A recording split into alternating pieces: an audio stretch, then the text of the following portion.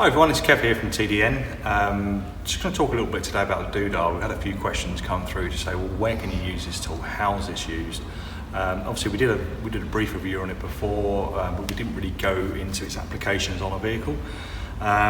Just going to run through a couple of the favourites. I mean, this tool has an infinite amount of usage.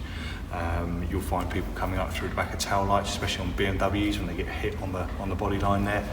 Take the number plate light out, straight up there, and you can work this way. So there's a tremendous amount of power from these. This is a type of damage I personally find this absolutely superb for. This is a car that's just been rubbed up against or someone reversed into it, and you can see the bumper and the front wing are out of line. There's a kink up here, but most of the concentration is happening around here, so we need to get this edge back. Now, before we would be trying to get in there with bars, and you know, when you're putting this amount of pressure on something, there's a tendency for the bar to slip or to spin round, taking your knuckles out, or worse still, putting a big high spot through the panel. So just going to go through how I would repair this. Again, these fairly flat tips here.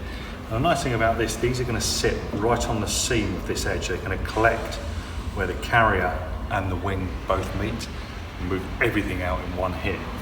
So let's pop up. Obviously, as soon as we inflate this is going to start pushing some of the wing out. Purely simply the fact it's pressure behind. Just going to give a little bit of clearance here, just to allow the tool to fit up inside the front wing. So I'm going to try this one first, see what this is like. So screw it on the back there. Place. Light on first, that's what I'm doing.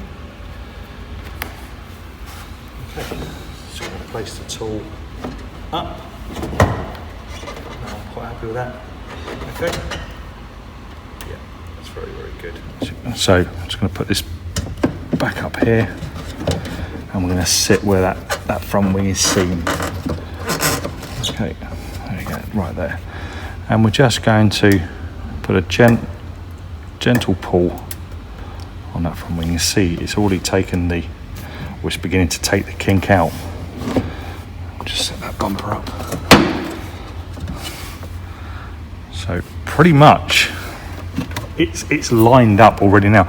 All we have there is this little kink to address, but you can see just how easy that is. A little bit more. Yeah.